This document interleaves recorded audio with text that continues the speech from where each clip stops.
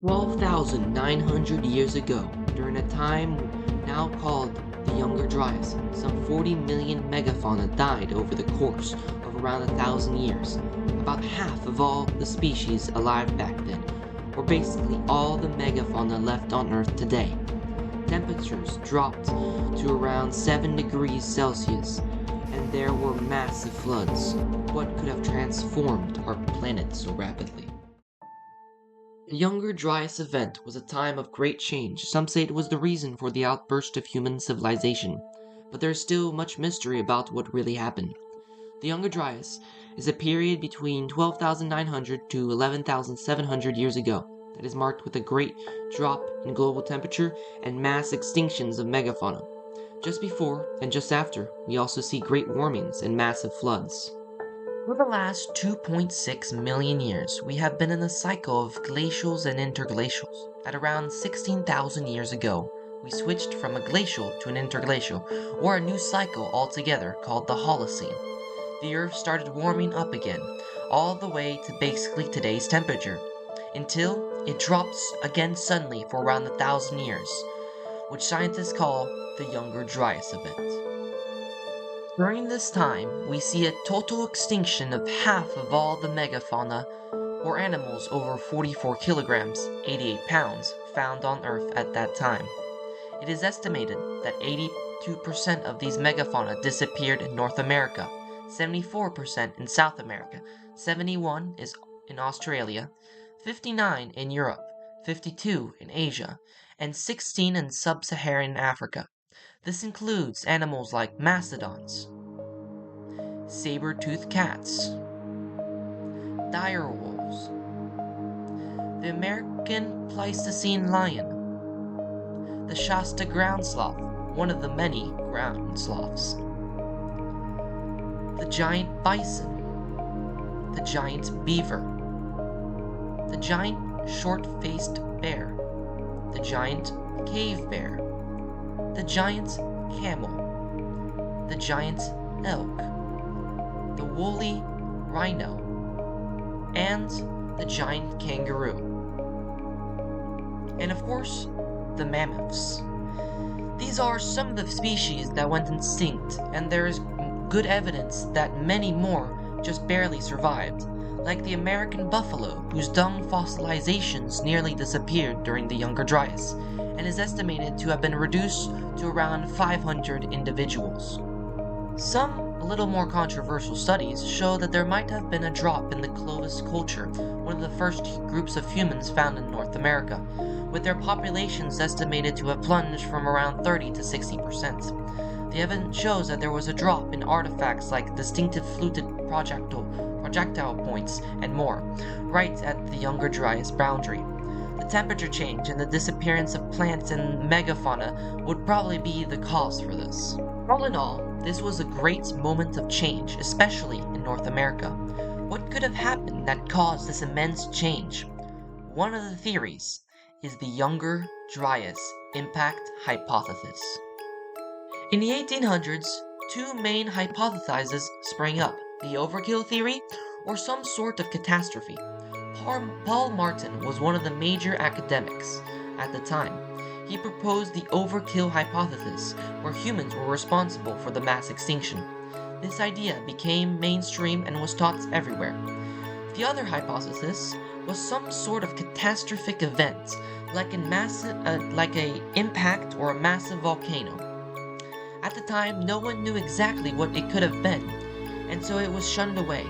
This was until new evidence burst into the scene and a new hypothesis emerged: the Younger Dryas impact theory, with behind it prominent figures like Graham Hancock and Randall Carlson, and of course George Howard. In 2007, a paper entitled Evidence for an Extraterrestrial Impact 12,900 years ago that contributed to the megafauna extinction and the Younger Dryas cooling came out, and was the beginning of a whole bunch of papers and research on the impact theory. In 2016, a group of scientists and experts on the subject banded together, creating the Comet Research Group, or CRG, and helped to gather valuable information on the subject. Now you might be asking where this group of extraterrestrial objects came from that could have been so devastating. The first thing you need to realize is extraterrestrial objects hit us hundreds of times a year. Most of them aren't big enough and so they don't have an effect on the planet, but it just takes one single big one to completely wipe out humans. We can see from this map the number of fireballs that hit Earth the last 35 years. Fireballs, which are very powerful meteors, only originate from meteorites and not comets, and there are still a good number of them. The theory asserts that around 12,900 years ago, Earth passed through a dense section of the torrid meteor stream. You might have heard of this stream because it is quite famous for its shooting stars even today. It is mostly accepted that this stream was created by a big comet that passed too close to the sun multiple times and tore apart. The Younger Dryas impact hypothesis postulates that not too long after its disintegration, the Earth passed through a dense part of the stream and got hit with thousands of comets and meteorites. Some say this happened multiple times during the 1,000 years. You can imagine the Earth passing through the meteor stream like crossing a highway or a big road blindfolded. At night, you will probably not get hit, but if you cross at peak hour, you're gonna get hit. We have actually seen an airstrike happen not too long ago from most likely the torrid meteor stream in 1908, called the Tunguska event, which blasted fortunately over the East Siberian taiga. According to the Encyclopedia Britannica, the energy of the explosion is estimated to have been equivalent to the explosive force of as much as 15 megatons of TNT, 1,000 times more powerful than the atomic bomb dropped on Hiroshima, Japan. This created a massive shockwave that flattened 2,000 square kilometers or 772 square miles of forest and created big fires all around. This asteroid was only around about 50 to 60 meters, 160 to 200 feet wide. Imagine what hundreds all at once could do 10s of times bigger. Now, you might be asking, what is the evidence for this Younger Dryas impact hypothesis? Well, let's start first with what researchers call the black mass, or the Younger Dryas boundary. It's a layer in the ground that dates back to the Younger Dryas period, much like the KT boundary corresponding to the death of the dinosaurs. This boundary has been recorded at around 50 sites across North and South America, Europe, Asia, and the Greenland ice sheets. This boundary contains high concentrations of magnetic spherules and grains, charcoal, soot, carbon spherules, glass-like carbon, nanodiamonds, and londalite. Magnetic microspherules and grains can only form from volcanoes or impacts. These ones do not appear to be volcanic, plus they are enriched with iron and titanium. Microspherules are also accepted as evidence for at least 11 older impact events. Losdalites, a type of diamond, and nanodiamonds are found at the Younger Dryas boundary. They have been recreated in controlled experiments.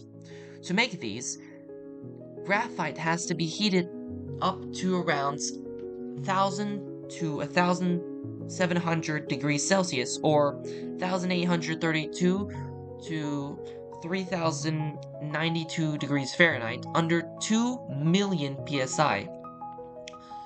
Lonsdalite has only ever been identified as being created naturally during impacts, plus nanodiamonds and londesite are also present at the KT boundary. Biomass burning produces a wide variety of carbon-rich proxies, including charcoal, soot, carbon spherules, and glass-like carbon. These have been found in around 50 sites across several continents, but they are all concentrated at the Younger Dryas boundary, which suggests that the cause of these fires was a large-scale phenomenon, like a multitude of airbursts, just like as the Tunguska event where 500 kilometers of forest was burned. This is the direct evidence found that supports the Younger Dryas impact hypothesis, and you can find all the scientific papers at the Cosmic Tusk website. But this is not all we can say about this event. As I said before, it is thought that some asteroids and comets hit the Laurentide ice sheet. The heat of the impact melted the ice and created a tremendous amount of water that spilled through northern US and spilled into the ocean. All this cold fresh water getting dumped in the ocean must have disturbed the Gulf Stream and lowered temperatures. In the north of the US, right where the Laurentide ice sheet ended, we see the remnants of massive flows of water. Just one of these flows in eastern Washington had so much water that if you combined every river in the world into one, it would still be 20 times smaller than this one. And that's just one. All we find now are tiny rivers in the middle of massive canyons with banks stretching in some places miles apart. In these banks we find massive gravel deposits that was probably swept up with those big rivers, in which we sometimes even find mammoths intact in it. At last, a piece of evidence for a catastrophe happening during the Younger Dryas are the massive graveyards of fossils we find in specific places like the hot springs of South Dakota, where over 100 mammoths fossils have been found and more are still to be discovered. This is not the only site. Many more have been found, like Rancho La Brea, Wally's Beach, Blackwater Draw, etc. Scientists who believe in the Younger Dryas impact hypothesis believe that these graveyards are a consequence of the catastrophe that wiped out 40 million mammals. But that's not all. Many mammoths are found perfectly conserved, some with their food in their stomach not even having been digested, some with their femurs and skulls snapped in half. Some are buried with branches probably swept up from the rivers and frozen together. The circumstances that some of these mammoths are found can only be explained by something drastic happening, like those massive rivers sweeping them up. Mainstream scientists to this day either refute all this evidence or disregard it. They say that the humans killed the 40 million mammals in the span of 1,000 years, while their population is estimated to have been from 5 to 10 million. There were also massive extinctions in Asia at that time, even though humans had been there for millennia before and there were none then. Some say that it was the temperature drop that killed the animals, but every 100,000 years or so, we see a massive drop in temperature, but no massive extinctions, or at least no evidence of it. It could be that these factors did have an end role and exterminated the last few mammoths or giant bears, but to say that they were the primary cause is absurd. The mainstream scientists blame the temperature drop and the floods on massive ice walls that collapsed and let out lots of water that disrupted the Gulf Stream, even though there is no direct evidence that the ice could hold all that water. And they say that the graveyards of mammals are just an accumulation of mammoths getting trapped in tar traps, which could be possible, but the sheer number of mammals is still intriguing. And they disregard or discredit altogether the over 100 studies about the Younger Dryas boundary.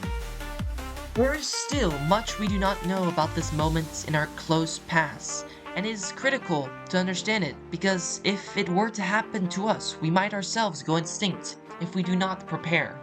The last 10,000 years on this planet have not seen much change in temperature. We must realize this is not the norm. Maybe we are just in a long period of stabilized planetarium existence, but at any moment that could all change. This topic is a very political one right now, which makes it hard to discuss it fairly and propose both sides of the arguments. To better understand our planets and our universe so that we can interact with it in a symbolic relationship.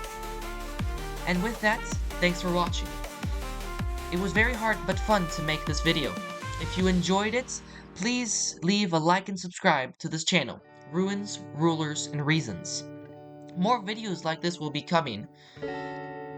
Maybe like Gedepli Tepe, or something like Blackrock.